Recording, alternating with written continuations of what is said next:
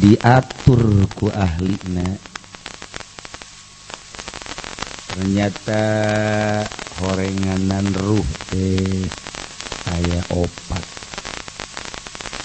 Aya ruhul jismani badan kodru dina hiji jeung awak. Syariat urusanana. Dua ruh rohani qalbu orekat urusanana. Pagaweanana ka istighrol bil asfa'il katilu ayeuna ruh sultan, ruh bangsa kerajaan, ruh sultan Islamun geus datang ibadah urang ka ruh sultani tempatna fuad. Ieu teh ya geus mata ngaranna mursyid. Geus nyahueun sabaraha wali di dunia. Pangkatna geus aya sultan ngaranna, sultan aulia. Ieu kapanggih ka urang. Anu terus sultan ngabogaan ruh sultan. Sultan aulia. Jadi berarti raja wali RCTI lah. Iya. Raja wali citra. Eta mah hubunganana jeung Haji Pendi, Haji Tudoli teh mah RCTI mah. Urusanana ka dinya. Jadi nyahoun lamun ibadah urang geus datang ka ruh sultani diangkat jangan jadi kutub. Mau tidak mau diangkat jadi raja. Membawahi sedunia anu bakal utar aturnya terhadap murid-muridnya. Kekuatan anak aya nu sajam jadi raja wali, aya anu sapoe teu kuat, aya anu saminggu, aya anu sabulan, aya anu sajam doang jadi sultan. Turun deh ya gerenanan aya 212 lah.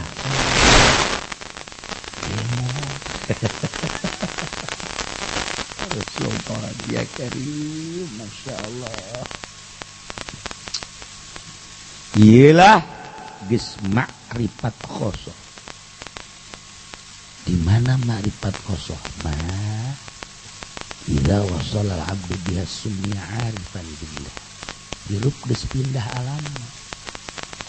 Dedelian geus lain dedelian nu ieu, dedengean lain dedengean nu ieu, aambean lain aambean nu ieu.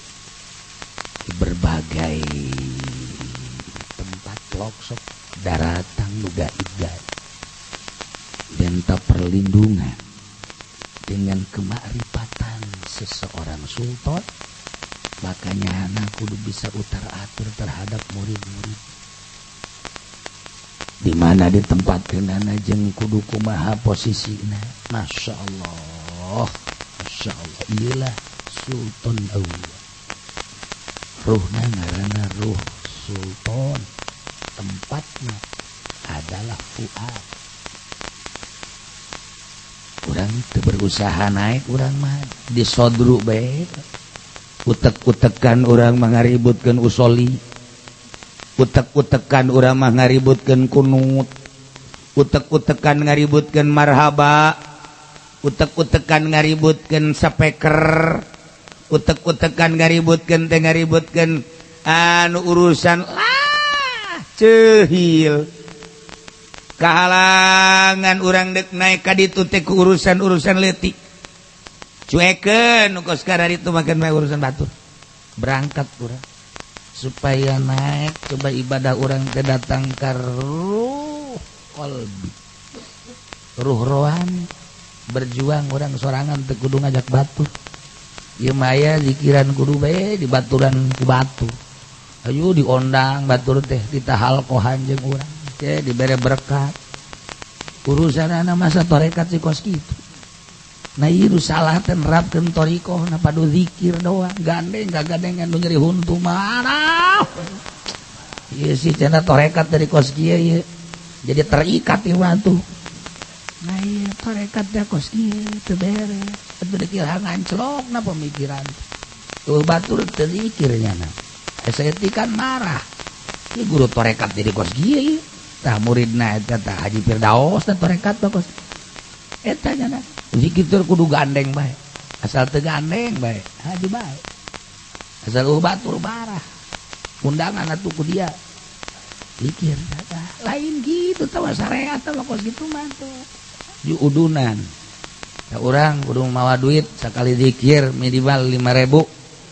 Gawe 10.000 guys. Jadi mun 100-an sabaraha duit tah? Ah, bener teh sih aing memang-mang.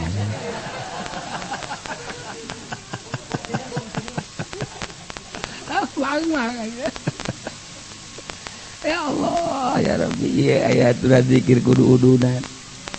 Nah ieu tarekat naon ieu kos hubungan jeung dunia. Ya Allah haju ngahalangan ke sadenya. Aya geus guguru ka aing ulah sok guguru ka nu sejen deui. Geus hiji guru bae. Pokona mah ti dunia datang ke akhirat sia geus pokona mah ulah sok nyekelan 2 guru. Kurang kumaha udeng-udeng aing ja gede. Aduh, pasti ada doang. Tarekat ulah dituturkeun nu ka segala itu. Lain usul ilallah tungtung nama usulna ila dirham. Usul nanti karena dunia kene. Mal bisa nganclok aturan. Teu karasa geura urang ibadah ka Gusti Allah. Nah, lepaskeun bila nukin wala harfi. Sok make babacaan anu pertama eta mah babacaanana adalah babacaan asmaul arba'atul ula. Jadi norekatna urang geus dibere rasa urang ku Gusti Allah, rasa kehadiran Allah teh aya, rasa hinana terhadap dunia teh aya, rasa berani pasrah ka Gusti Allah teh aya, teu cangcaya menghadapi hirup ngan masih kene aya pemikiran isuk kumaha, bulan hareup kumaha, duh nu enggeus teh kumaha, make jeung dipikiran isuk buah hirup bante, make jeung dipikiran bulan hareup nya hirup bakal datang teu cenah aya mikiran sorangan mah. Ieu mikiran pamajikan. Pugu pamajikan mau ka neraka dipikiran. Pamajikan ge ngahalangan bae kudu dipikiran. Ganti. Minimal tambah. Ieu pamajikan blon di manungkos dieu mah. Kuduna mah panitahan nya na. Mumpung ora ga. Usaha kakak. Nu nyen imah kakak. Munawan kakak, pikir hadeuy kak, anterkeun kula kak. Aduh hese. Hese neangan jelema cara Siti Aisyah. Pidatona Siti Aisyah teh saha-saha salaki anu teu daek perang awas. Saha-saha salaki anu di kahalangan ku pamajikanna tinggalkeun pamajikan Siti Aisyah ceramah. Masyaallah mantak ummahatul mukminin. Kobaran bahasa Siti Aisyah geus dibukukeun ku ahli tafsir. Ya Allah ya Rabb. Tah. Geus urang mah kajeun teu perang ge atuh nawaran-nawaran. Kak. Naon ku kakak. Lain gitu Siti Aisyah waktu nawaran kula gendek nawaran. Bener tah? Atuh hayu. Geus. Dek nawaran naon ya? Dahar geus. Nawar boro-boro nawaran perang, nawaran sare bareng ge henteu nya na. Kuduna mah Pan Noel, henteu Kak. Naon ieu kan.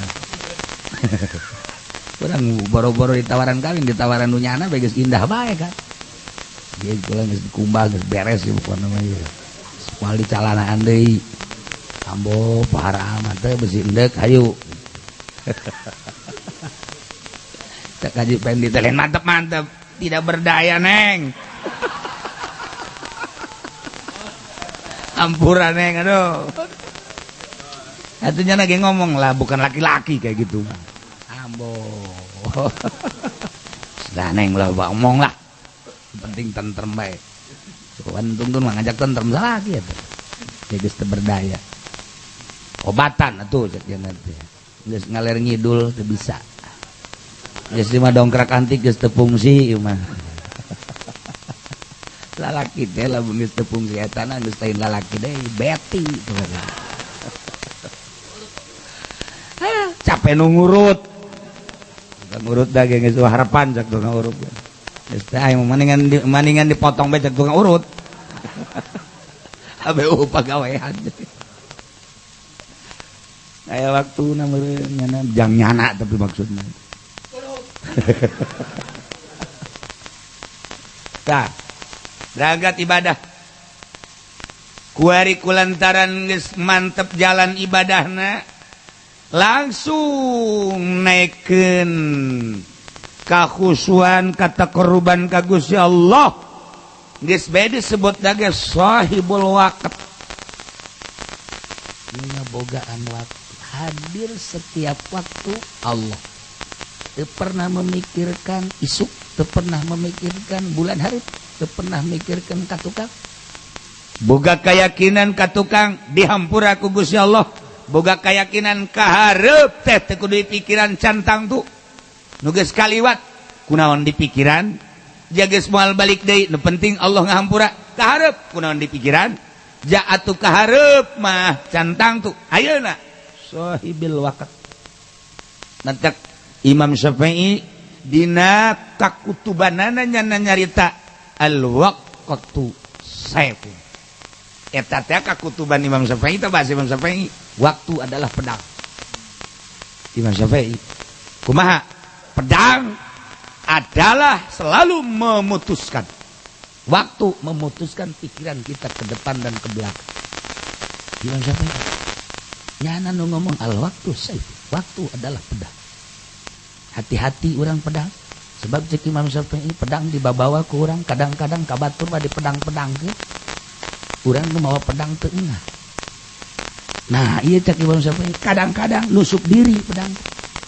Nah, ieu nu lobana pedang digudakeun ka sorangan pake nusuk diri, lain dimangpaatkeun jang kamangpaatan sorangan. Ieulah kakutuban Imam Syafi'i.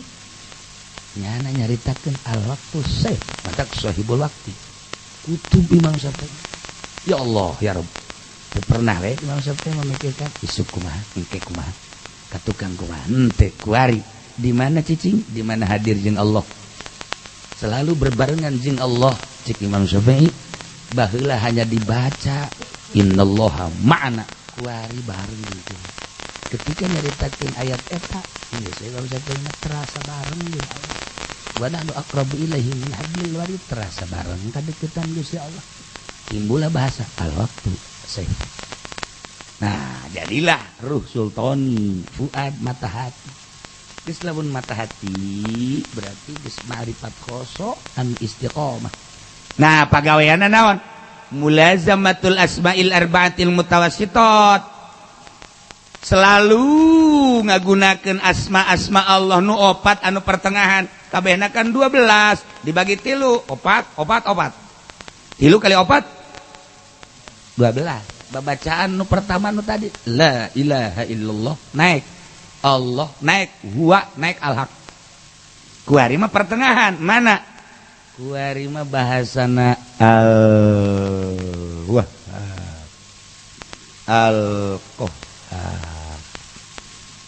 Kuari bahasanya anak nangis nu opat anu pertengah al-fattah geus nu opat mantak moal aya hiji waliullah korep malah sebab wiridannya nanang geus al-wahhab. Seorang mursyid moal aya anu korep merepet dur pet moal aya nu korep moal aya wali geus diangkat jadi mursyid pasti barah disesuaikan ka barahanana teu padu tapi tetep besi salah guna. Besi salah guna tuh mere ka jelema tukang mabok pake mabok. An kecek nu mabok teh cenah barahan jah henteu. Soekeun sungutna. Besi pake mabok. Sarua jeung mere pestol ka jelema tukang nodong. Atuh henteu teu kaasup pelit. Mere golok ka jelema tukang ngabunuh atuh teu termasuk pelit disesuaikeun. disesuaikan. Tuh, urang mere motor ka Haji Pendi, atuh ulah dijualan bae tuh ya. Pakai nutupan ieu nutupan itu. Ulah lah. Tuh, lah jajaran eta siksaan malah.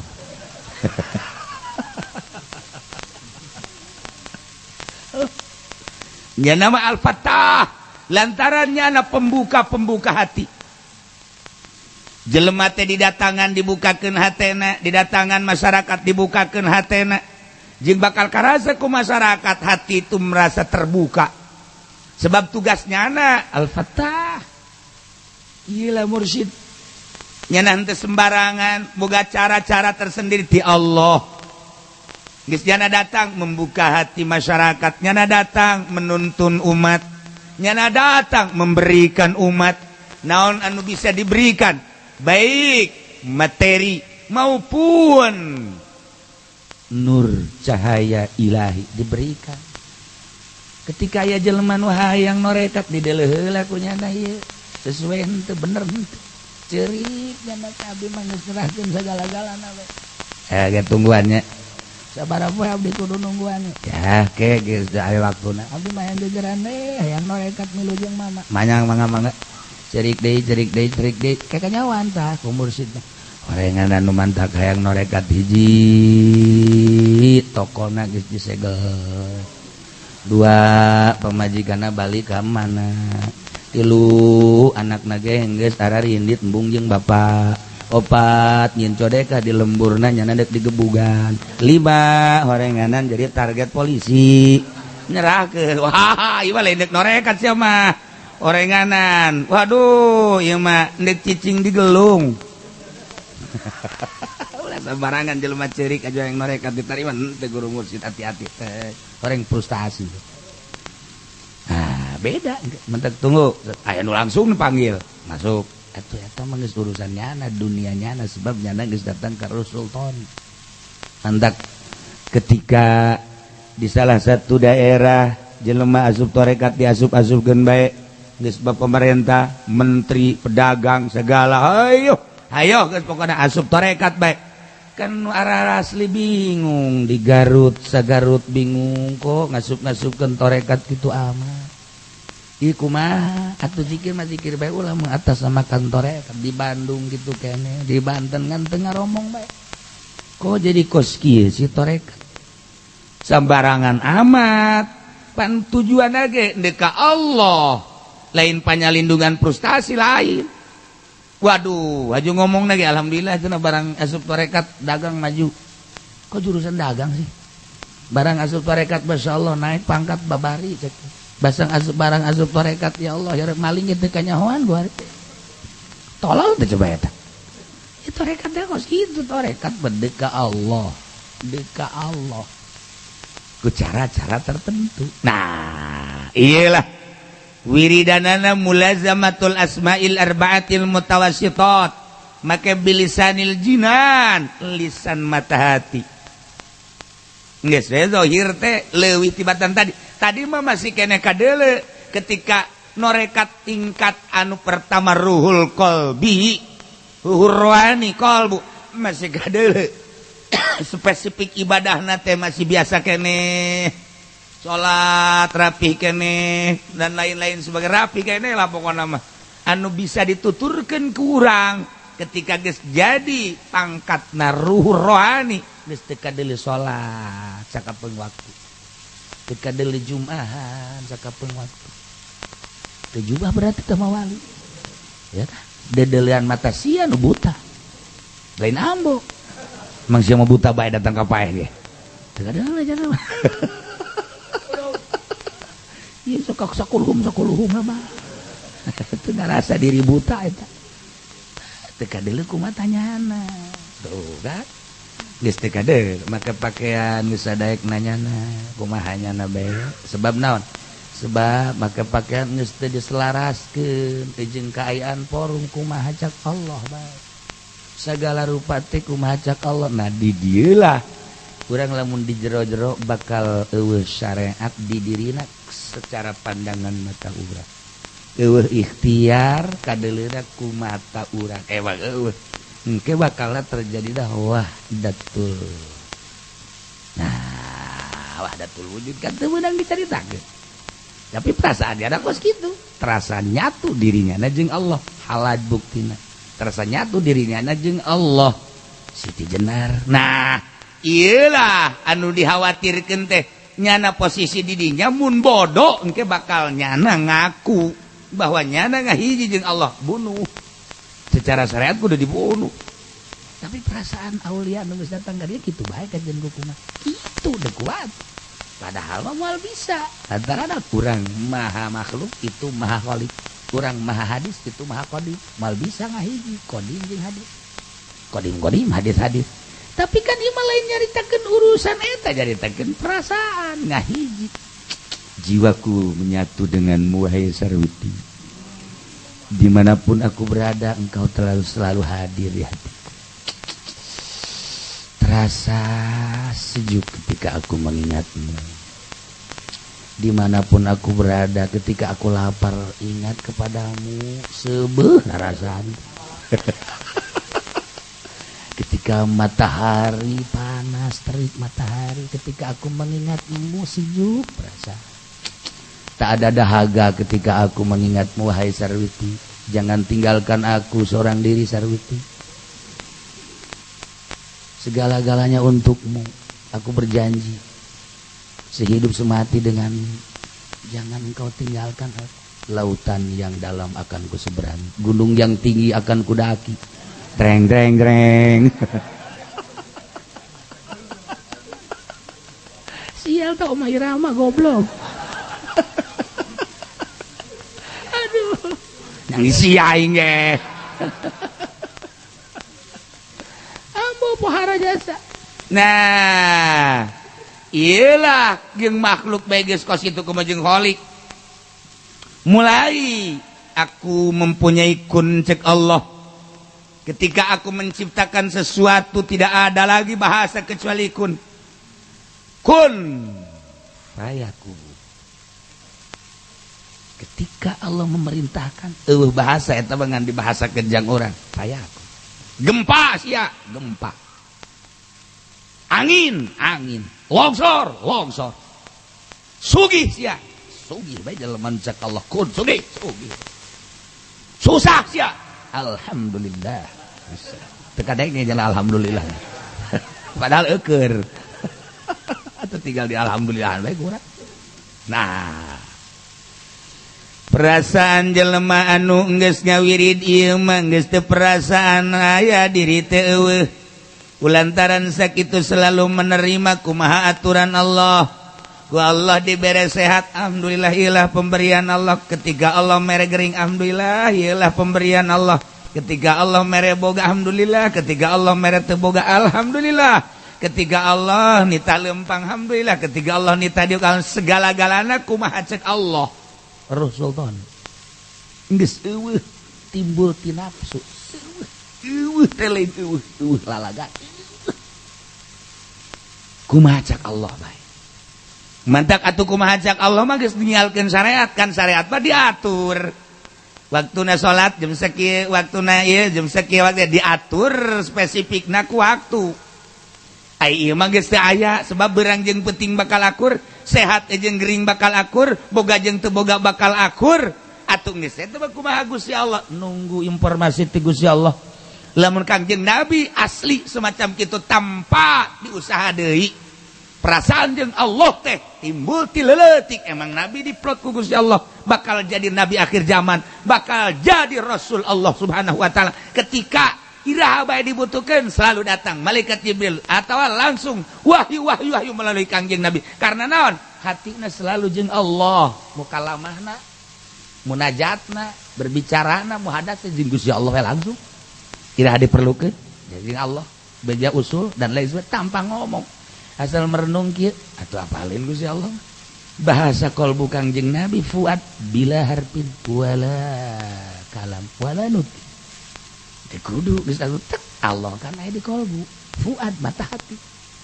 Nah, henteu kudu ngangkat leungeun.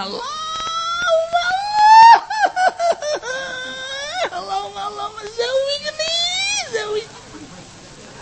zawjatan kabiratal farji Allah.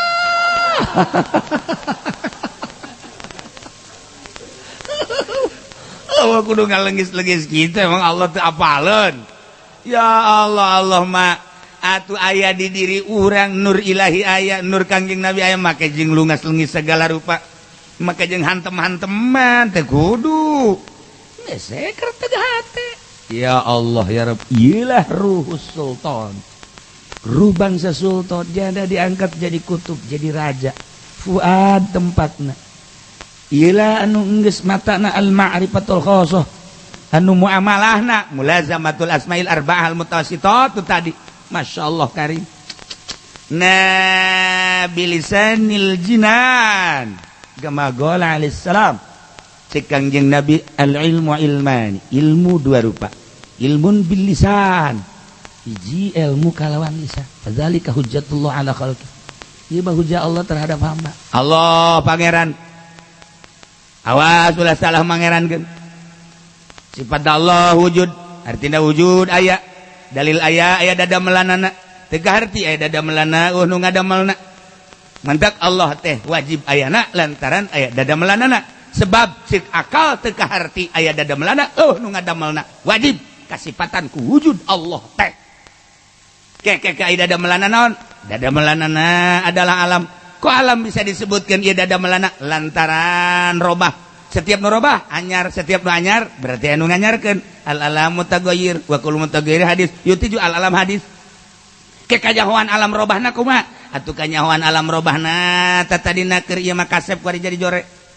eta kan robah tatadina keur can kawin makan rapat barang geus kawin kan bolong nah eta kan robah kan sia mah ih kumaha sih ra robah tadina aya gunung jadi eueuh tadina tangkal leutik jadi gede eta kan robah panon poe dirobah ku Gusti Allah diputerkeun bulan aya gerhana berarti kan alam robah nu bantah ku Gusti Allah dirobah-robah sunabikeun beusi aya jelema nu nyembah-nyembah ka alam glongsorkeun beusi aya nu nyembah-nyembah ka alam anginkeun beusi aya nu nyembah-nyembah ka alam gerhanakeun beusi aya nu nyembah ka panon poe jeung bulan hayo sia beusi aya nu nyembah ka jelema paehkeun ku Gusti Allah eta kan ngaranna robah tuh nya al alam mutaghayyir wa kullu mutaghayyir hadis setiap anu robah adalah anyar tuh katadina ieu cabe leutik haju gede sanggeusna gede hejo kuari jadi beureum nah eta nu kitu ngaranna anyar sebab robah nah kuari deuk ditanya ai eta cabe ti hejo ka beureum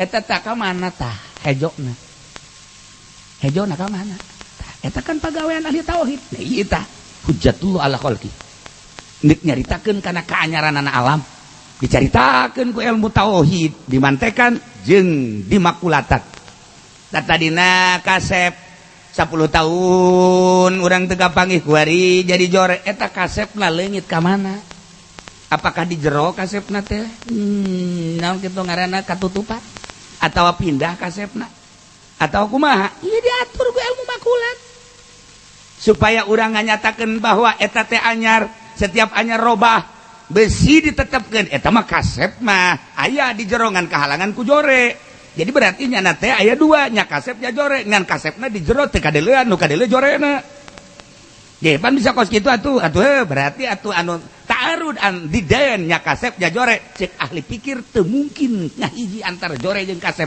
mun jore mun kasep bae kos kitu dia atuh geus kitu bae nah berarti nyata atuh berarti kulantaran robah anyar anak anyar aya nu nganyarkeun sanu nganyarkeun Allah kitu bae eta diaturkeun ku ilmu makulat kos kitu teh ieu fadzalika hujjatullah ala khalqi jagokeun mantekna jagokeun munazarahna jagokeun makulatna sok debat jeung saha bae urusan sifat 20 moal eleh ka jeung kumaha moal ieu ilmu zahir nu kos kitu TK tah mah ilmu kos paud teh ilmu kos kitu mah ya tuh udah naonan tah atuh ayana Allah pakai kudu didalilan keneh bae mah atuh mun eueuh dasian henteu percaya ayana Allah ya atuh teh kata bakos kitu mah bahkan paud memeh paud di jero beuteung tah mah ya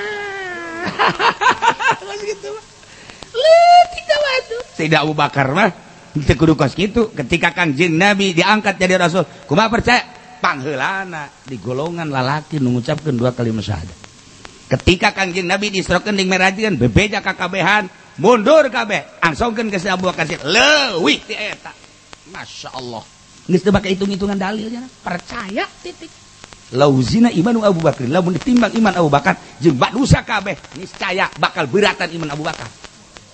Eta teh teu bertugan make dalil-dalil. Geus bae bener percaya titik. Moal dijadikeun sahabat pertama. Nah, hujjatullah ala khalqi eta mah jang ulas debat jeung Kristen, debat jeung Yahudi, debat jeung kafir, urang kudu jitu naklina aklina. Kudu pelajari ku urang eta mah sakadar hujjatullah ala khalqi. Ya, leutik tah pokona. Kecil tah. Nah, teu kaharti aya tapak kebo kebona, cak aing mah aya kebo. Di mana sih nyaho aya kebo? Da aya tapakna. Kok bisa kos kitu? Setiap aya tapak kebo pasti aya kebo liwat. Teu kaharti aing mah aya tapak kebo kebona. Ja pinter sih. Ye, atuh siapa dulu? Oh. Jelema duaan. Cik na usah urang teh. Nah, aing ge boga dalil ya. Naon? Ieu ku ari aya anu ka irung, hitut teh bau hitut. Sedengkeun ngan duaan, sedengkeun aing teh hitut, setiap aya bau hitut berarti aya nu hitut, sia bae nu hitut. Cak akal tampiling ku aing sia. Geus berani hitut di hareupeun aing. Sia nyangka ka aing hitut, eueuh deui jual ngan duaan doang aing teh hitut, sedengkeun ieu aambeun asana. Teu kaharti aing aya bau hitut, nu hitut teh sedengkeun ngan duaan sia kan.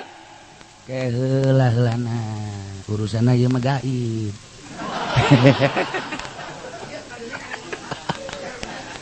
Lah kumaha sia coba aing mah pokona mah tampilin wae ke kan makhluk teh lain manusia doang. Masuk basuna kan aya jin. Ajo, ai sia teh hitut aing ge kan teu ada pun amban mungkin jin ieu mah. Kabeneran jin nah hadir. Sia nyangka. Uing mah ora etet. Tirangkas dikeronjol. Waduh, kabur kabehan duaan. Suara jin cerjana ora etet mah. Jadi hitut teh bahasa urang bahasa jin mah etet eta. Nah iyalah hujjatullah ala khalqi. Nomor kedua wa ilmun bil jinan. Nah ieu wa zalika ilmun nafi. Wah, anu bakal nimbulkeun kana kamarifatan, nimbulkeun kana kekhawasan. Ieu wa zalika al ilmun nafi li anna salama nafi wallahu a'lam bissawab. Di diri urang ternyata aya ruh anu bertahap-tahap. Hiji ruhul jisman tempatna as-sadru urusanana ngan sakadar syare. Nomor kedua ruhur rohan tempatna al-qalbu urusanana thariqah. Mulai lamun tadi muamalahna al-amalu bil mafruḍat syariat kuari amalna isghal bil asma'il arba'atil ula bila nutqid wala harf la ilaha illallah diatur Allah na diatur huwa na diatur al-haq diatur mantap kudu aya guru iraha la ilaha illallah iraha Allah iraha huwa iraha al-haq. Ketilu adalah ruh sultani tempatna al-fuad mata hati. Hatena eta kene disebut kolbu eta. Jalain bentukna eta mah sonubari bentuk kos buah sonubar eta mah lamun gering bengkak dokter urusanana kakeum dokter tah mah urusanana luka dokter tah mah urusanana. Nah disediakeun rumah sakitna harapan kita. Nah iyalah rumah sakit jantung anu diganti ku jantung uwa-uwa jantung babi minimal di ring dan lain sebagainya. Dokter apa urusannya ieu mah di jero kolbu teh aya makna nu melalui eta lah jelema bisa jadi jelema menjelemakeun jelema sebab jelema teh kadang-kadangan bentukna doang horenganan jero nama buaya iya mau minimalnya natea atuh ucing garong ai jelema mah make sorba udeng-udeng ngangsar atuh ieu sorban lagi kadang habis jelema mah tuh horeng jerona gos gitu nah jadi ngajelemakeun jelema supaya bener-bener jadi jelema qalbuna naik ruh tina ruh jasmani kana ruh rohani kuari qalbuna geus datang ka ruh sultan fuad naik kuari mah pagaweanana muamalahna ieu matana sasaranana ma'rifat mengenal Allah hirup ti Allah diatur ku Allah bakal balik ke Allah kunaon haju teu daek kenal ka Allah nu urang bakal balik ka Allah pangbeloon-beloona jelema ti Allah diatur ku Allah bakal balik ke Allah teu daek kenal ka Allah eta mah lain beloon ablaul beloon oh, tidak terkecuali ari hirup nusaha tisaha kunaon urang teu inget kana mere ari deuleu nusaha tisaha kunaon haju urang popohan aya aturanana ari ceuli bisa denge tisaha nusaha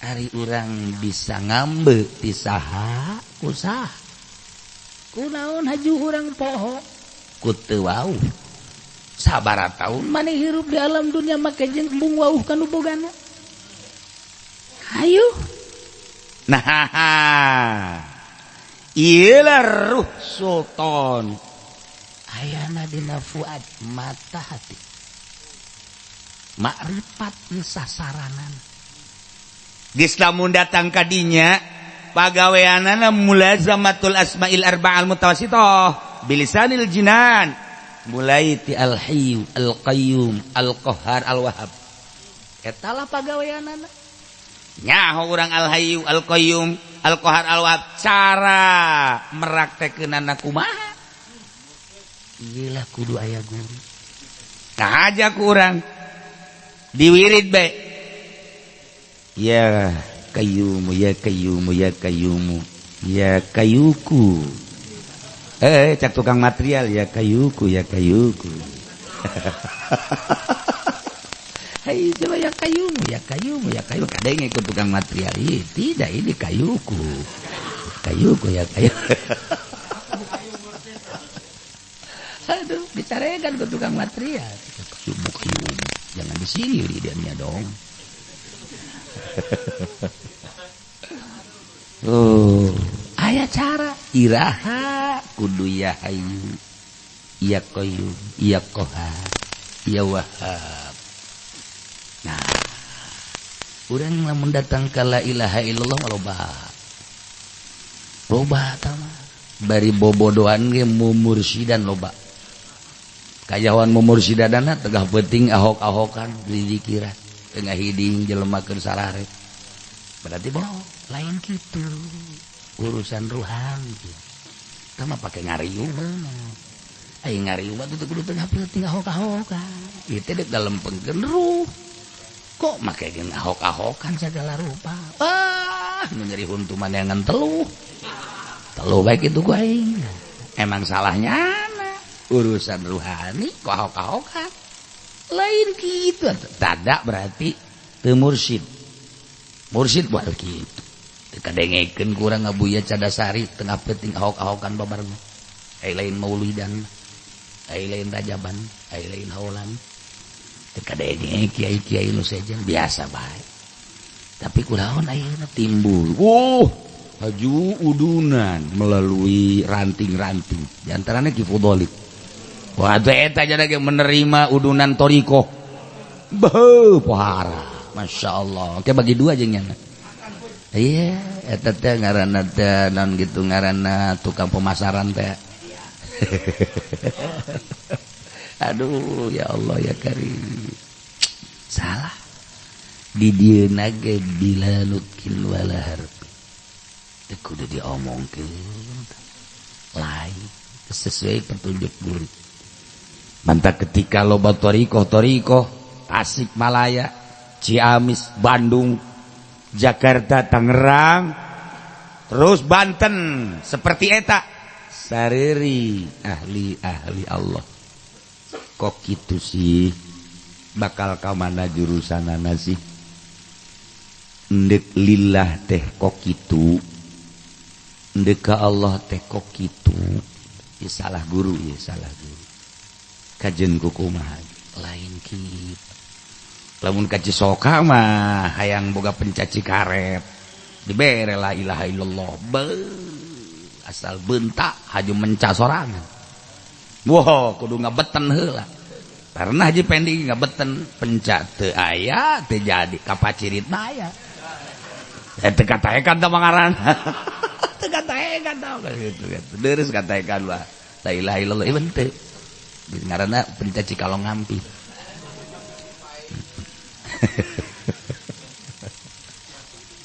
Aduh. Teh.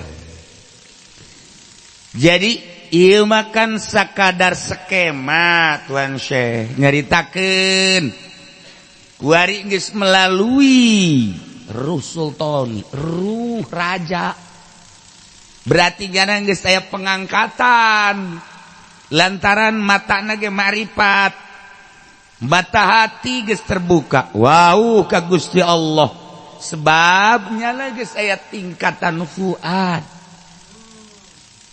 Pereumnya na eueuh hartina ieu awak bulak-bilek di horenganan aya roh.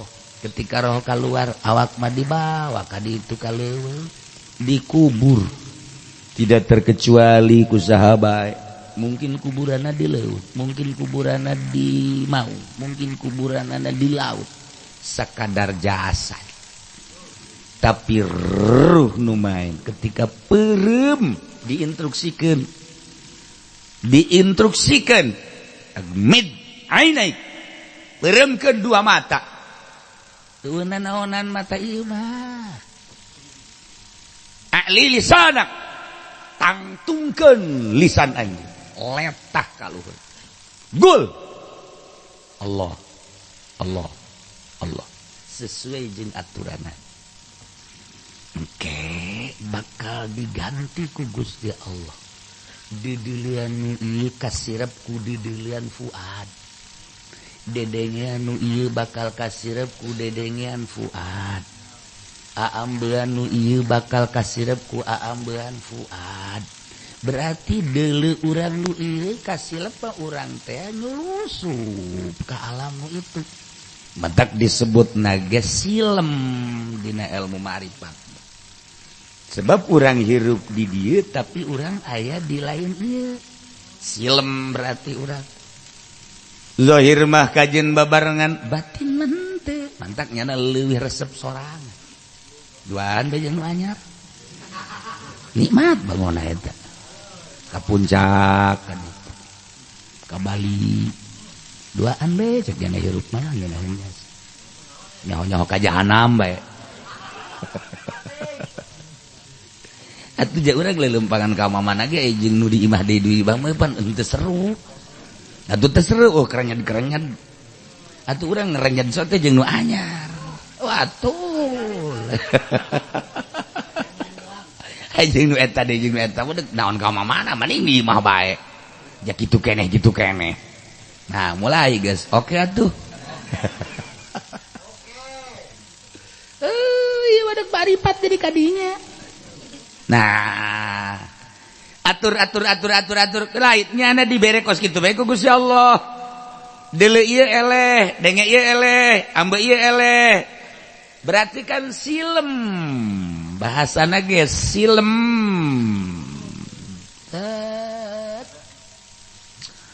tidinyalah nyana geus aya di ruh sultan nu mulazamu amalana mulazamatul asmail arba'ah al mutawassitat bilisanil jinan ieu teh kan geus dibere tanda urang lamun ijazah thariqah pindah tiruh jismani kana ruh rohani tamat dibere tanda dibere ta taun dan lulusna dibere ke ku guru set kaya kuari naik tati ruh rohani kana ruh sultani tamat ruh sultani atau dibere deui tanda masker cek aja pengen mah masker tamat atuh kudu ka Mekah ai panas dibere masker bodoh hese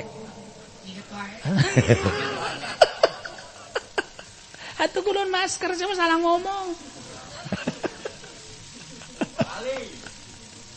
itu jeung bodoh mah asa pinter bae kan urang atuh Araban kuari asa pinter bae coba ngobrol jeung urang Arabna urang Inggrisan kuari jeung urang-urang atuh asa pinter bae coba sia ngobrol jeung urang Inggris ieu mamaripatan sia jeung nu lain ahli marifat coba dihareupan ku di baripat ngagibeg sia ka jeung kumaha sebab naon katempo kakarak dilirik doang yang moal bisa jelema mamaripatan padahal encan lirik ujianna moal kuat sebab ayat tanda kebohongan di diri sekalipun Habib loba nu mamaripatan lirik urang moal kebal baliknya sebab naon membohongi diri teu kuat atuh jelema nu lain abri make pakaian abri ditangkep ya ditangkep ujian mau lain polisi make pakaian polisi kecuali TK aduh udah masalah TK banyak sekolah pakai pakaian polisi sial jasa oh priwit segala budak ambo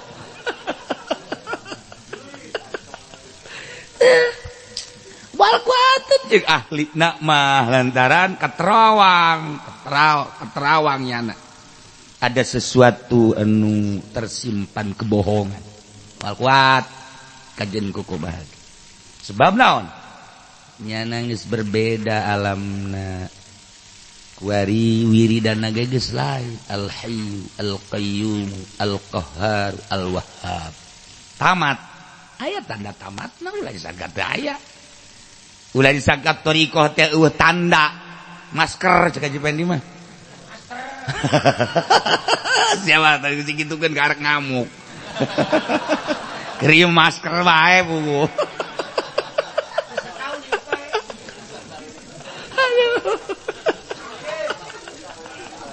ya Allah saya tuh nah bilisanil jinan diuk teu meunang robah sensitif robah kahayang sorangan out teu meunang robah cicing teh cicing ruh teh kos kitu engke bakal aya satu kedip mata cicing teh cicing we teu meunang robah badak dicobalah ku Gusti Allah sanajan kamar urang steril tiba-tiba ke aya nyamuk tiba-tiba ke aya lalir di kamar aneh kok aya pitek mah abahna lalir berarti ka urang nganggap kebo berarti pitek mah kan aya di kebo ai di kamar Haji Pendi mah atuh loba emang diingu nuturkeun nya mah pitek teh nuturkeun di kamar ulah kaget urang dicocok loba itu dan lain sebagainya kadang-kadang kala datang bayombong naiklah ke awak urang seperti eta lah lamun urang teu boga guru atau ngejat urang kan tita cicing nah dicobakan ku Gusti Allah sia tita cicing ku guru sia ulah robah atuh ai eueuhna naon mah kuat ayo naon atuh kuat nah mulai pluk bayombong ngarayap ket kawak kurang ka dia terus ka dia garaya. Mulai ai digegel tamoal. Deres pun teu ka irung, ajunyana ka irung nyayang. Mulai robah batal. Nah ieu lain lalagaan kan nu bantak ngadengena urang ngeunaheun hayang tertarik. Coba seperti eta teu kudu digulung teu kudu dileung di kamar bakal terjadi seperti eta. Allah Maha Kawasa nyoba jadi kita cici ku guru sia kala lain leutik-leutik kala sagede kieu pluk kadeul kalah. Reugit masih tahan geus. Reungit ge lain reungit anu biasa ka urang nyocodi suku dileung lain. Reungit heran jasa reungit ayana di sisi mata bae reungit. Uang.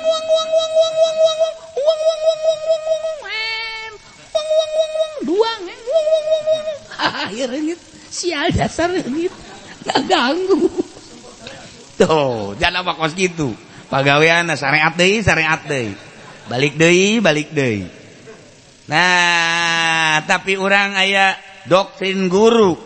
Apapun yang terjadi kecuali aya anu misalna. Eta mah geus seranan eureun. Lamun aya anu eureun. Jadi dibere nyahokan ku guru. Lamun anu kene mah teu kudu, tapi lamun anu eureun, geus eureun be. Aya. Jadi orang ingat akan aya guruan mah sakadar kala, sakadar terang sebab guru. Tah lamun anu hiji mah mun anu eureun. Yes, tah eureun bae. Oh, satungtung teu aya anu eta mah kan terus bae urang. Eta kan cobaan ti Gusti Allah. Kadang-kadang kan poho jelema mah. Nafsuna gede kene berarti. Kan nyoba nafsu. Nafsu urang teh embung jasa mun kadatangan ku kala didatangkeun urang bung. Nafsu orang teh embung jasa mun kadatangan ku bayong bong didatangkeun datang ka mana nafsu urang tapi ketika dinolkeun lah nyana makhluk kurang makhluk bahasana kitu bae kan nyana makhluk kurang makhluk atuh pepada makhluk tidak boleh sering mendahului. Eta mah dalil bus kota tah saya tenang tah ketika orang nol teh nol aing makhluk nyana makhluk digerakkeun teh kulo bogana nyanggakeun sadaya ada pluk dah dagang eueuh naon eta banyak cobaan seperti eta dek di kamar dek di gunung dek di leuweung mantak tapak teh lamun guruan bahaya beda guruan kok bisa sih di luhur gunung sekian tahun kok nyana aman bisa balik deui coba si eta ya atuh geus eta mah sapoe doang aya tinggal huluna doang cenah aya KTP-na mah Haji Supendi AF geus dileg-leg geus tamat geus kapangi di alam mahsyar. Guruan aya guru mah kan aya mun anu eureun terus kan aya kontrol iyalah geus datang ke Sultan Fuad mata hati ma'rifat nyana terus nyana ngemulazamah bahasa wiridanana. Nah di dieu lah nyana teh kadang geus teu kaatur zahir sebab mutlak 100% batin zahir geus teu kaurus geus teu kaurus lain lalagaan ngalingseuh kana urusan-urusan zahir. Komo nyaritakeun dahar, nyaritakeun minum, nyaritakeun pake, nyaritakeun sare dan eueuh. Hirup kolbu teh. Eueuh sadetik poho ka Allah. Hook ngarasa biasa lamun teu ka Allah teh nyaah tur jadi dosa. Ketika nyana poho ka Allah teh nyana ngarasa aing dosa goflah ka Allah. Eta nyana urang mah mun leulu diharamkeun dosanya geus lain poho ka Allah geus jadi dosa. Iyalah geus dianggap khawas ngaran. Nu puasa teh aya puasa umum, aya puasa khusus, aya puasa khususul khusus. Nyana geus datang ka puasa khusus. anu mun poho ka Allah batal puasana, salatna ge batal mun poho ka Allah. Gila, salat khusus, puasa khusus. Ayo ruh sultan nyana geus boga masker.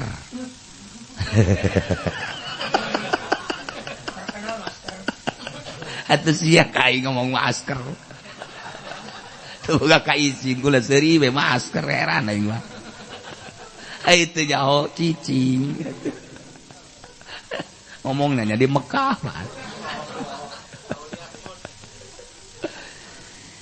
Tah cek Kangjeng Nabi al ilmu ilman. Ilmu dua.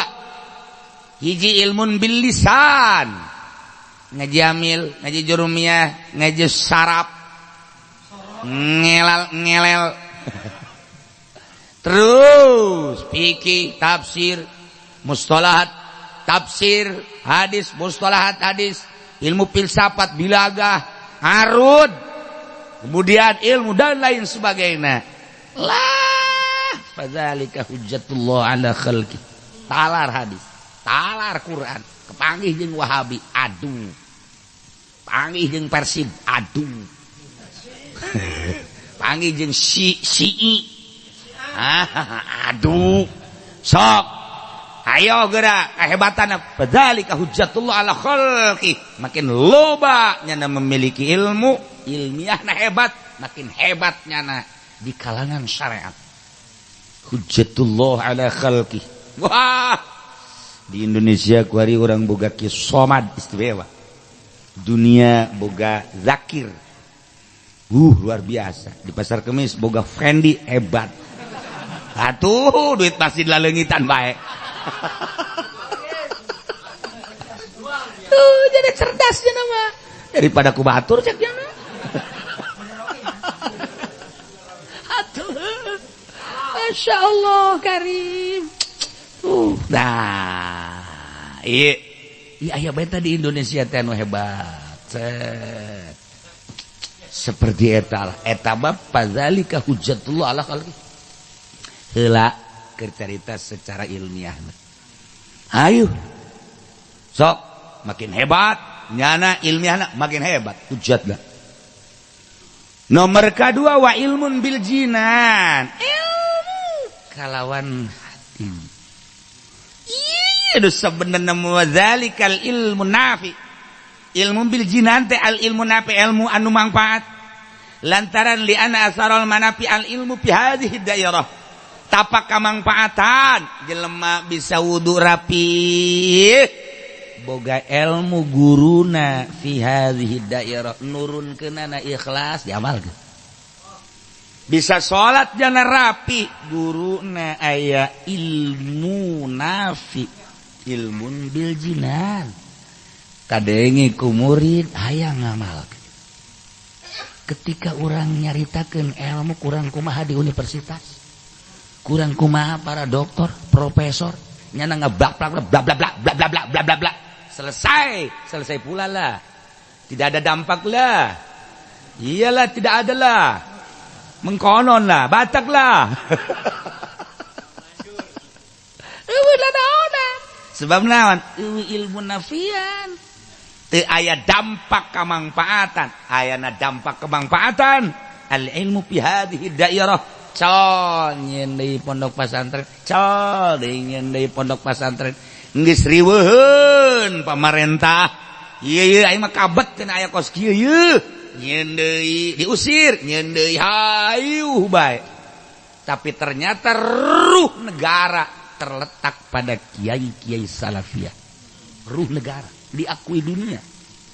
Belanda mengakui ruh Indonesia terletak pada pondok pesantren salafiyah. Kula ngobrol jeung urang Belanda langsung. Itu sia mah lain deui atuh naon. Sok aju dibanding-banding jeung sia tuh ulalah. Sia mah sapira. Ya sekali-sekali lah sombong.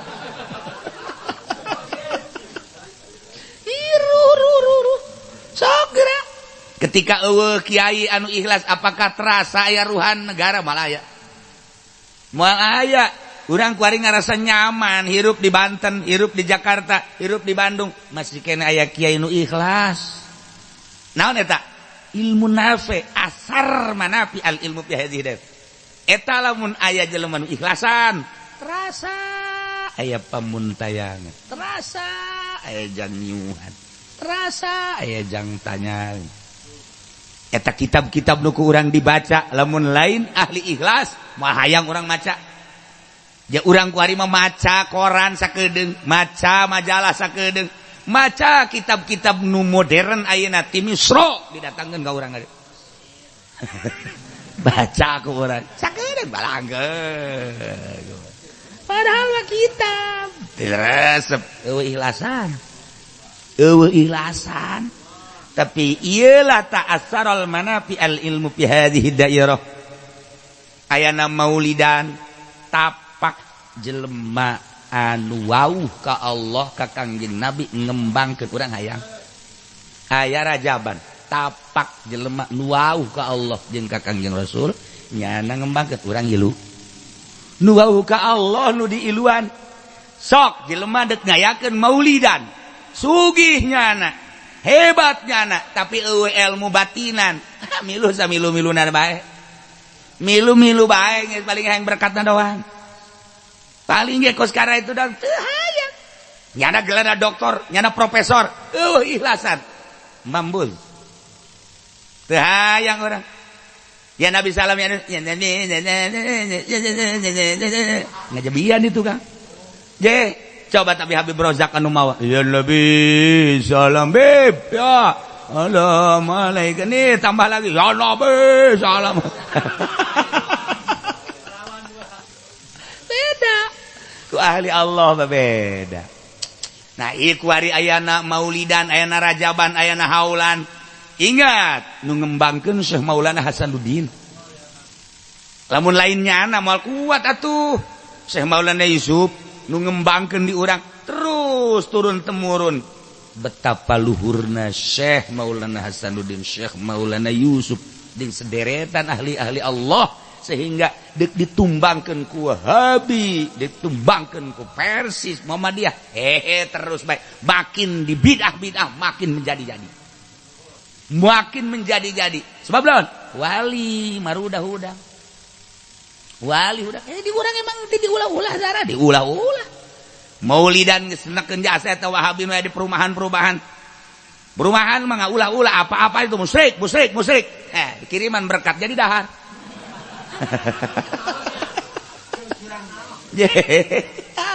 Udah tahun harum nama milunya nah. Lumayan cenah poe eta teu masak dak cenah. Ya Karim. Ilmun bil lisan gampang, tapi ilmun bil jinan inu hese. Sebab wazalikal ilmu nafi li anna asara manafi al ilmu fi hadhihi dairah. Nah, kuari ilmu-ilmu manfaat ya nu dikembangkeun ku para santri, ku para ustad, para kiai, eta ayaan di jerona. Ketika aya jelema bisa ngaji mantos pasantren Jawa Tengah, Jawa Timur, kaluar nagreg nya. Tasik paling gimana?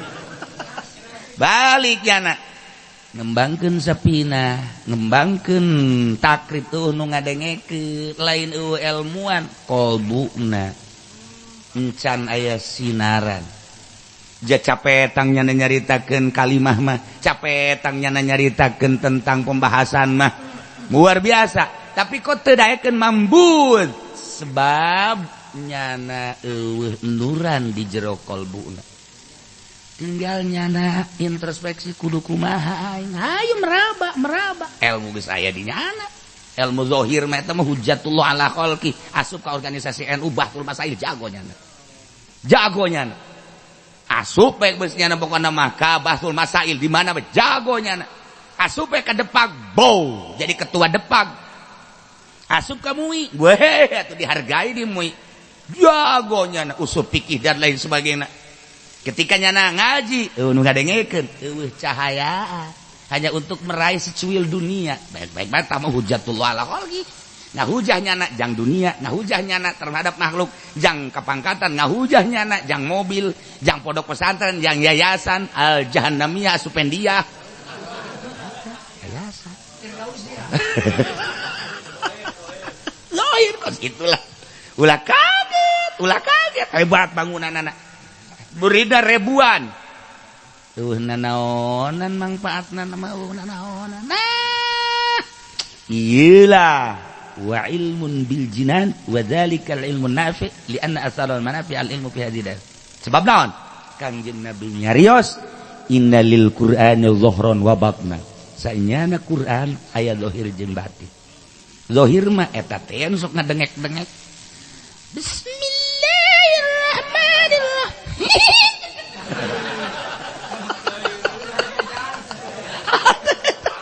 aduh eta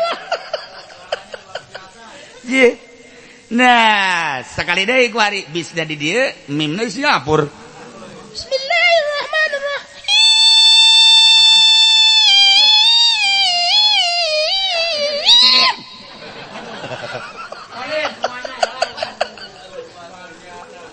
iya karim Masya Allah Zohron teman Zohron innalil Quran Zohron atuh deh hebat-hebat Qul huwallahu ahad Allahus samad lam yalid wa lam yulad atuh jangan sakitu ke 2 juta wa lam yakul lahu kufuwan atuh jangan kitu Qul huwallahu ahad Allahus samad lam yalid wa lam yulad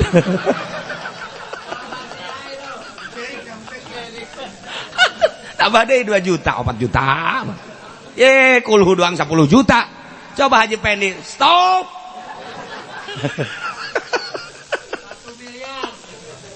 Masya Allah zahir dibagus-bagus ghairil maghdubi alaihim walad ya tugas gitu mah zahir mah nah eta mah jang ka neraka jangan neraka tah malah nu kos kitu mah Quran tinggal Quran nganarakakeun urang je zohron mah tu neraka urusanana innalil Quran zohron wa batnan aya batina nah ternyata horenganan nu peuling bermanfaat mah batina eta nu mantak aya pondok pesantren gerak Al-Qur'an batin aya masjid gerak Quran batinna ketika jelema hebat baca Qur'ana tapi batinan deuk nyieun musola bae wes Quran aya di nyana tapi nyieun musola ge teu mampu batinan aya duit cokot pake beli mobil aya duit cokot beli mobil batinan teh mah sinar Al-Qur'an eueuh nah anu bisa ngabangun masjid musola majelis salim batin teh diekspresikan nyaho sia ekspresi pudi eta naon kata Pendi emang hese jeung tuh jangan bajar bus ekspres pan nah terrealisasi lah eta ketika orang neuleus sebuah bangunan oh eta aya hotel eta adalah sebuah gerakan zalim ketika aya lapangan main bola oh etalah gerakan maksiat ketika batin eta teh nu kos kitu batinna mengarah ka neraka apa mengarah ke surga hanya 2 Allah menjanjikan surga dan neraka perjalanan di dunia mengarah ke mana Allah geus tangtukeun jalan ke surga ieu jalan ka neraka ieu ngan sakitu-kituna ieu ruh sultani ieu nu ngatur-ngatur ketika orang memandang anu oh neraka saata nu ngabangunna di nerakaeun ketika eta saata nu ngabangunna di surgaeun ieu sultani teh kos kitu batin main nah ketika orang lewat aya warjok nu sae eta woi teu mundang sembarangan cenah mah anu kepala suku urang mah nu pondok nu bogana jahanam kan berarti tah nah eta bangunan-bangunan hanya sebuah lambang berangkat tina batin jadi batin iyalah Al-Quran didengungkeun doang hanya zahir teu pernah terrealisasi zahir doang tetapi aya batinan. Indalil Quran zuhron wa batnan. Qala alaihi salam, urang lamun nyaritakeun amil sapira ki sukra, oteng sapira amil, tetapi jelema kabeh implet kanyana lain amilna batinna.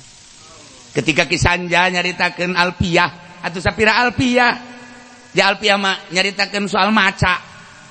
Atuh soal maca teh mah grammar, lho teh artian nya mah grammar. Atuh teh hese teh mah situ atuh pasif.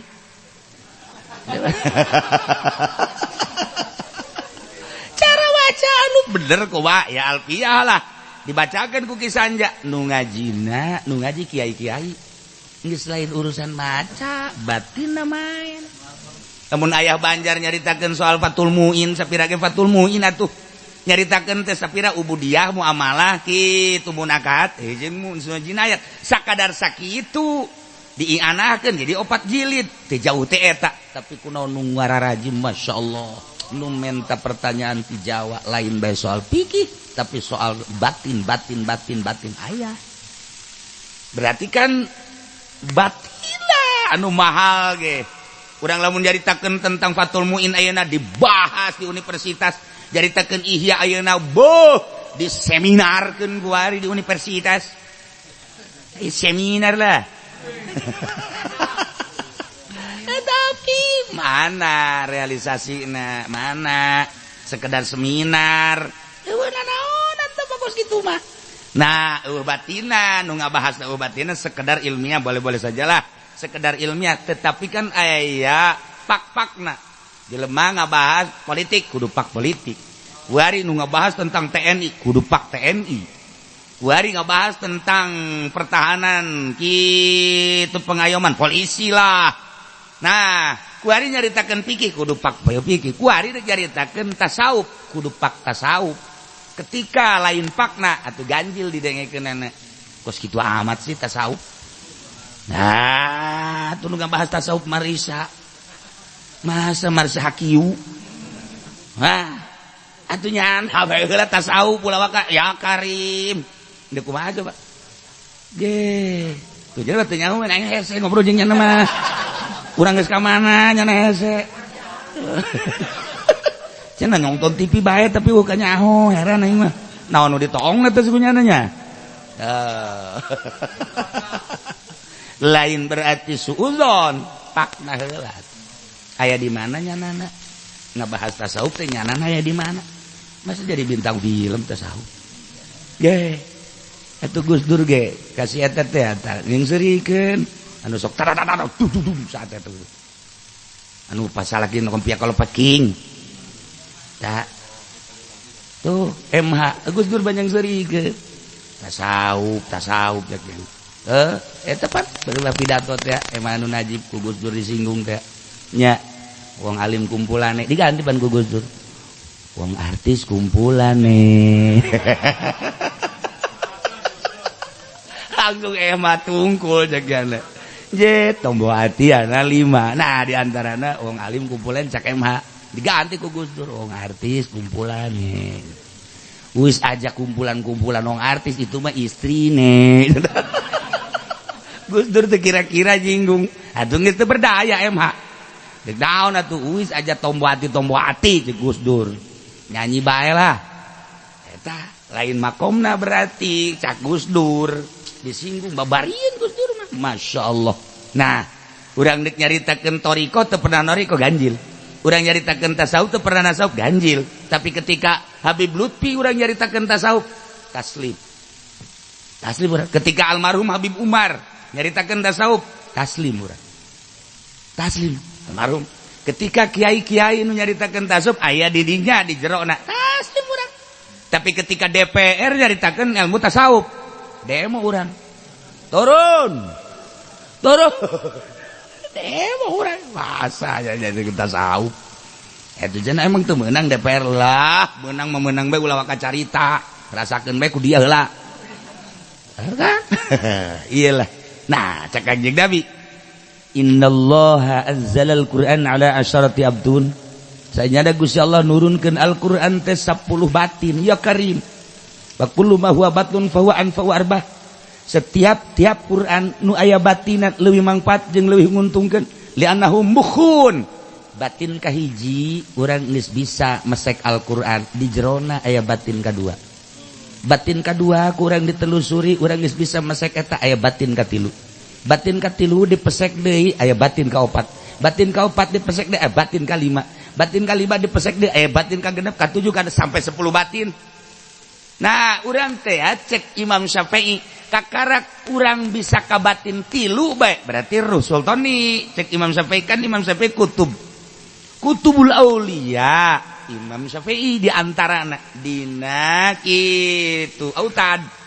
Kutubul Aulia Imam Syafi'i autad. Urang bisa asup ka 3 batin Al-Qur'an geus bisa ngobrol jeung Allah. Eta kan geus ngobrol bahasanya na geus. Mun cek urang mah geus seakan-akan urang geus bisa ngobrol jeung Allah. Batin katilu geus kapanggih hakikat. Batin katilu teh tah ieu teh ruh sultani. Berarti mata hati nu embung pisah jeung Gusti Allah sadetik oge. Eta engke kurang di mana anda? Lamun Al-Qur'an zalikal kitabul la raiba fi. Di manaan make grammar zalikal kitab utawi mangkono kitab kang agung. La raiba Quran, la raiba fi ora kamang-mangan, berarti kan gitu. Hudal lil muttaqin atuh jadi petunjuk ieu ka muttaqin. Saha muttaqin alladzina yu'minuna bil ghaib wa yuqimuna shalah wa mimma razaqnahum yunfiqun. Eta mah bisa diajarkeun di sekolahan, di universitas, di pondok pesantren, dicoret. Zalika utai mangkono kitab kang agung lantaran ikut lame horeng li ta'zimanane itu anak isi bisarah menurut ahli bilaga iku li ta'zim ya mengkonon lah.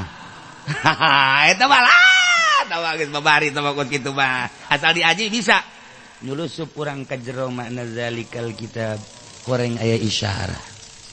Zalika teh isim isyarah lamun isyarah geus isyarah teh ya bigoiri nutkin wala harfi khusus aya musyir aya musyar ilaih nu diisyarahana saha deuk mengarah ka mana geus makna kadua zalikal kitab Quran anu agung luhung eueuh tandingna sebab Quran ieu adalah mukjizat urang nyaritakeun mukjizat berarti kalamullah keagungan Al-Qur'anul Karim al-mu'jiz bisa ngapeskeun langit bisa nembus bumi bisa nembus hewan-hewan bisa tunduk mujiz Al-Qur'an teh zalikal kitab la raiba fi atuh deuk mang kumaha ja kalam Allah atuh masyaallah karim atuh mun kalam Allah geus kabetrak langit bisa muka bumi bisa muka hewan kabeh bisa tunduk zalikal kitab la raiba fi moal aya kamamangan jang saha lil muttaqin tinggal urang jadi jelema muttaqin kumaha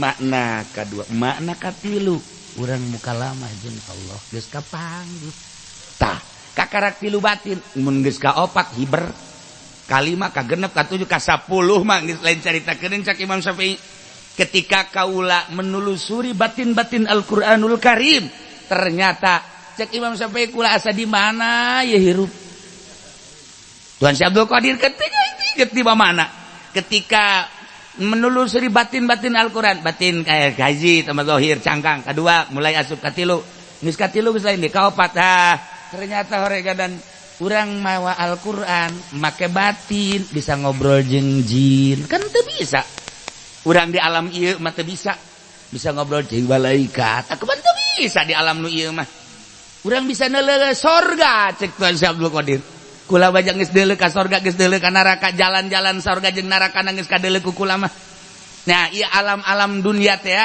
kadeuleu jalan pembentang ka sorga mentang ka neraka cak Tuan Syekh Abdul Qadir kumaha atuh murid-murid kula dikumpulkeun ku kula cek Tuan Syekh Abdul Qadir teh kadia diajak ka sorga ku kula dikumpulkeun di masjid ye jalan ka sorga mah nyana di alam eta geus kapanggih deui kumaha atuh urang lamun nyaritakeun kos kitu ka jelema nu anti Tuan Syekh Abdul Qadir urang pajar ngahayal teu percaya lantaran urang manggeus percaya jasa nyana geus pernah silulup ke alam nu eta nyana teu pernah berangkat heula sebab dititah ku Kangjeng Nabi kumpulkeun heula kumpulkeun di alam eta nah ku ari nyana nyaritakeun dina kitab Fathur Rabbani ternyata Allah menjanjikan cuma 2 surga jeung neraka jalan-jalanna geus jelas kula selalu ngajakan jalan ka surga cek Tuan Syekh Abdul Qadir hayu geura ye dikumpulkeun mahsyar teh ya kuari cek Tuan Syekh Abdul Qadir masar teh kuari gambaranana.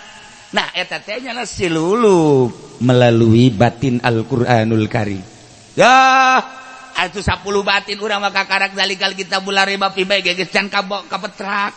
Lantaran atuh orang mondok ge widi. Ya mengkono arep mahat. Sia arep merana ya. Iyalah masyaallah. Wa kullu ma huwa batun fa huwa anfa. Setiap anu aya batinan, di batin ieu naik deui, batin ieu naik deui, batin ieu fa huwa anfa warba. Li ana umbuhun eta lah utek Al-Qur'an. Batin eta utekna Al-Qur'an. Ye atuh kurang dibacakeun Izqala Yusuf bae ge jelema ngahaneng. Ya awewe atuh bong ngajengkak ujianan. Izqala Yusuf li abiya batini. Itu kamu baca sallallahu bisa. Allahumma layyin qalba sarwiti fi qaryati Cikupa kama layantal hadid li Daud alaihi salam. Nah, tiupkeun. Fuh. Pendi. Aduh, mau begitu sekolah. Aisyah saya bukda panjang amat kuntil.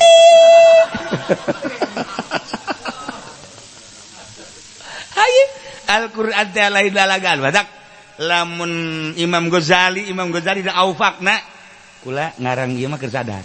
Tapi ngarang nu hiji deui mah teu keur sadar ulah dipake cek Imam Ghazali. Ketika keur sadar pake, ketika teu sadar ulah. Teu meunang. Nyana kan nyaritakeun aufak kula keur sadar. Jadi dibere ku Gusti Allah maziah tentang ayat-ayat suci Al-Qur'an. Quran ieu geus da, Quran ieu geus dibere bae ku Gusti Allah alifna kieu maksudna, ba'na kieu maksudna, masyaallah. Eta teh kan silulup berkatkeun Imam Ghazali, Ruh Sultan. Masyaallah karim.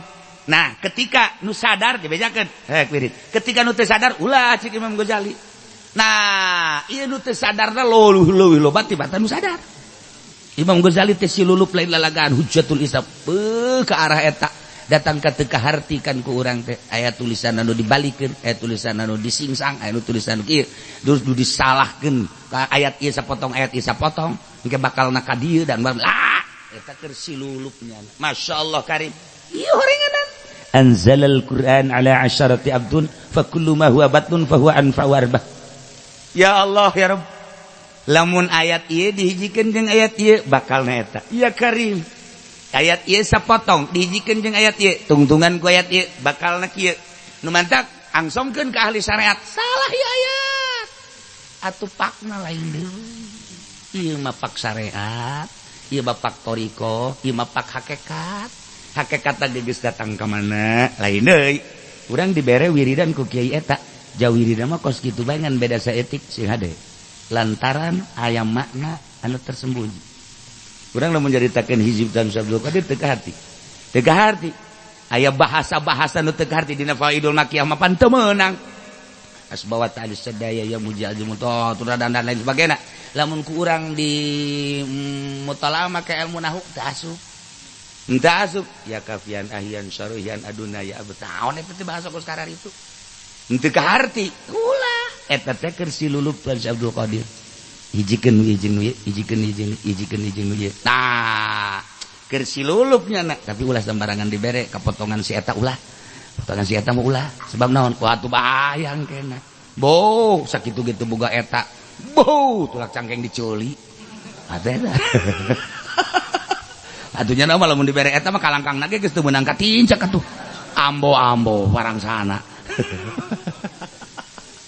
Nah ieu keur carita kaluhuran tentang ilmu batin. Nah, itu dibahas. Artinya al-ilmu ilman ilmun bil lisan. Lah hujjatullah ala khalqi. Lah sote dinisbatkeun ka batin.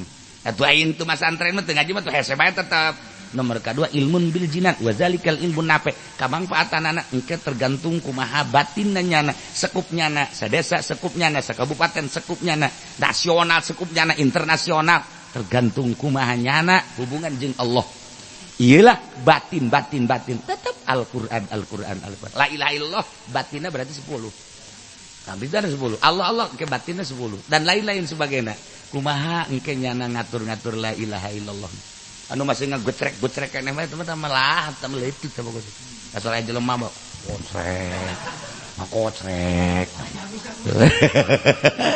Lain aja gue sia. Itu geus batin mah pan bila nukin wala harfin. Geus teu kudu make tasbih, main sorangan bangun kadeulina kos teu ibadah. Bila nukin wala harfin. Ruh main.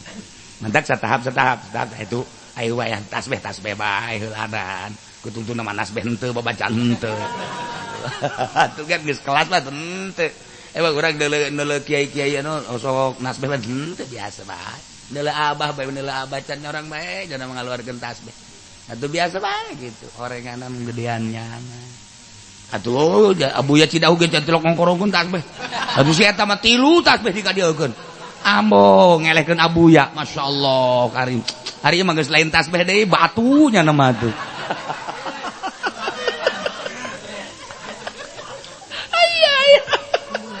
Macam-macam makhluk Allah nggak sebenarnya. Nah iya tinggal orang ucapan Rumi 2 minggu yang akan datang. Wallahu a'lam.